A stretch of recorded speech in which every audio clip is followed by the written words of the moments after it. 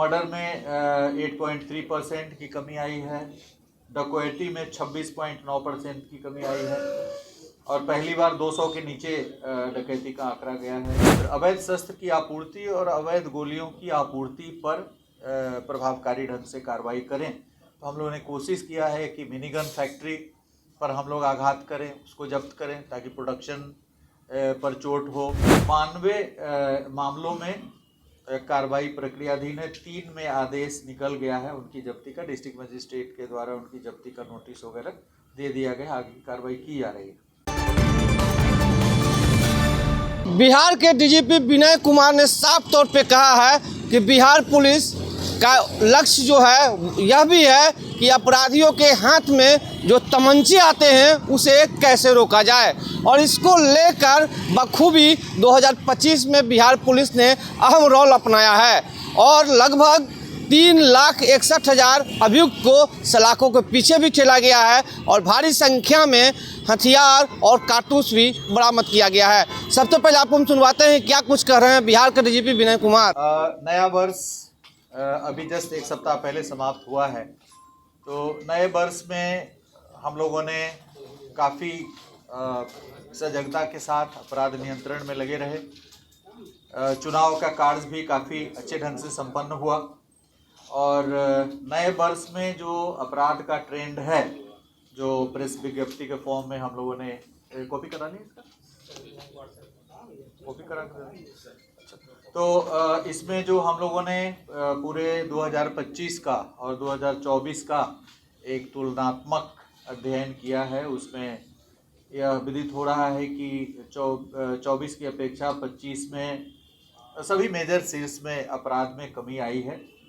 Murder में 8.3% की कमी आई है। डकैती में 26.9% की कमी आई है और पहली बार 200 के नीचे डकैती का आंकड़ा गया है। रॉबरी में, लूट में 21% की कमी आई है। दंगा में 21.5 की कमी आई है। रेप में 8% की कमी आई है। तो लगभग हर मेजर सीरीज में संख्यात्मक रूप से कमी आई है। घटनाएं हो रही हैं, मैं ये नहीं कहूँगा कि कमी आई है, लेकिन घटनाएं घटित हो रही हैं और प्रत्येक घटना को हम लोग बड़ी संवेदनशीलता के साथ ले रहे हैं। गिरफ्तारी के शीर्ष में भी पिछले साल की अपेक्षा करीब 50,000 के लगभग अधिक अभियुक्तों की गिरफ्तारी हुई है, क्योंकि कई बार इलेक्शन के पूर्व और उसके पहले से अभियान चलाया गया है। 3,61,364 लोगों की गिरफ्तारी साल भर के दौरान हुई है, जो पिछले वर्षों की अपेक्षा अधिक है। शस्त्र की बरामदगी, मिनीगन फैक्ट्री के सीजर्स के सिलसिले में भी 2025 का जो आंकड़ा है वो विगत वर्षों से काफ़ी अधिक रहा है।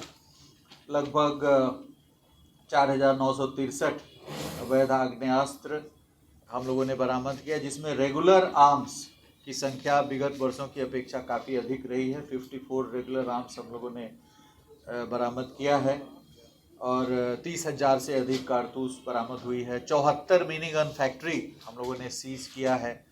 तो अपराध नियंत्रण हासिल करने के लिए सबसे अहम मायने रखता है कि हम अवैध शस्त्र की आपूर्ति और अवैध गोलियों की आपूर्ति पर प्रभावकारी ढंग से कार्रवाई करें। तो हम लोगों ने कोशिश किया है कि मिनीगन फैक्ट्री पर हम लोग आघात करें, उसको जब्त करें ताकि प्रोडक्शन पर चोट हो। उसके बाद जो सप्लाई नेटवर्क है उस पर भी हम लोगों ने चोट किया है, जिसके कारण अन्य वर्षों की अपेक्षा काफ़ी अधिक संख्या में हथियार जब्त हुए हैं। गोलियों पे हम लोगों ने काफ़ी कार्रवाई की और हम लोगों ने 2 केस एनआईए को दिया है, जो करीब 7,000 की संख्या में 2 खेप में हम लोगों ने जो दूसरे राज्य से गोली आ रहा था उसको हम लोगों ने जब्त किया भभुआ और नालंदा में। और उन कांडों को हम लोगों ने, चूँकि उसका अंतर्राज्यीय डायमेंशंस था, तो हम लोगों ने एनआईए को दोनों केस दे दिया। और एनआईए आपने देखा होगा इधर हाल के दिनों में एनआईए काफ़ी उसमें पूरे देश राष्ट्रीय स्तर पे छापामारी करके और एक गन हाउस को पकड़ा है, 2-3 आदमी गिरफ्तार भी हुए हैं और एक पूरा अंतर्राज्यीय नेटवर्क जो एमुनिशंस का सप्लाई करती है उस पर हम लोगों ने और बिहार पुलिस का जो अनुसंधान था, जो हम लोगों ने जब्ती किया था, उसके आधार पे एनआईए ने भी काफ़ी अच्छी उपलब्धि हासिल की है। तो हम लोग कोशिश कर रहे हैं कि यदि शस्त्र है और गोलियां नहीं मिल रही है तो हथियार कारगर नहीं, उसको यूज़ नहीं कर सकते हैं। तो हमारा पिछले वर्ष और इस वर्ष भी जो अपराध कर्मियों के हाथों में एमुनिशंस आसानी से आ जा रहा था, तो उस नेटवर्क को ध्वस्त करने के लिए बिहार पुलिस विगत वर्ष कार्रवाई की और फिर 2 कांडों को एनआईए को दिया गया कि आप राष्ट्रीय स्तर के नेटवर्क को उसमें खंगा लें। तो शस्त्र, गोली की बरामदगी हो, मिनीगन फैक्ट्री की बरामदगी हो, इन सभी आयामों में विगत वर्षों की अपेक्षा 2025 में कार्रवाई में काफ़ी तेज़ी लाई गई है। 107 के तहत प्रॉपर्टी जब्ती के संबंध में पहले भी हम लोग शेयर कर चुके हैं आप लोगों के साथ डाटा। 1424 हम लोग चिन्हित किए हैं, जिसमें 408 प्रस्ताव हमारा न्यायालय में जमा हो चुका है।